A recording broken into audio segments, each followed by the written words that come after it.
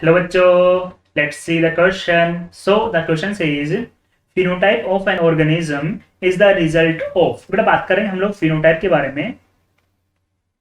Phenotype, बेटा phenotype क्या होता है? फिनोटाइप आर मोर्फोलॉजिकल कैरेक्टर्स जिसको बेटा हम लोग इजीली ऑब्जर्व कर सकते हैं. Phenotype are morphological characters, morphological characters होते हैं बेटा. और बेटा इन फिनोटाइप्स के आने के लिए बेसिकली हमारे को दो चीजों की रिक्वायरमेंट होती है. पहली कि इन फिनोटाइप को अपीयर करने के लिए या इन फिनोटाइप के लिए जो जीन रेस्पॉन्सिबल है उनका प्रेजेंट होना कंपलसरी है. तो फर्स्ट कंडीशन बेटा क्या हो गया, हमारे पास में जीन चाहिए या फिर उसका जीनोटाइप का होना कंपलसरी हमारे पास में. ठीक है, अगर हमारे पास बेटा उस पर्टिकुलर फिनोटाइप के लिए जीन ही नहीं होगी तो क्या कभी उसका कैरेक्टर अपीयर हो पाएगा? नहीं हो पाएगा.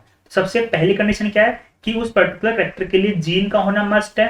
और दूसरी बात बेटा ये है कि उस जीन को एक्सप्रेस होने के लिए सुटेबल एनवायरनमेंट का होना भी मस्ट है, ताकि वो जीन एक्सप्रेस हो सके और एक पर्टिकुलर प्रोटीन का फॉर्मेशन कर सके. जब बेटा पर्टिकुलर प्रोटीन बनेगी तभी वो पर्टिकुलर फिनोटाइप अपीयर हो पाएगा. तो पहली कंडीशन क्या है? जीनोटाइप का होना. सेकंड बेटा हमारे पास में क्या है? Environmental condition.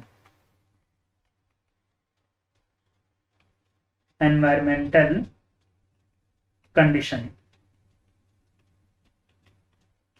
तो बेटा ये दो हमारे पास में रिक्वायरमेंट है कि किसी भी फिनोटाइप को आने के लिए. पहली कंडीशन क्या है कि हमारे पास में जीनोटाइप का होना चाहिए. दूसरी कंडीशन हमारे पास में क्या है कि उस जीनोटाइप के पेयर होने के लिए सुटेबल एनवायरमेंटल कंडीशन का होना भी मस्ट है.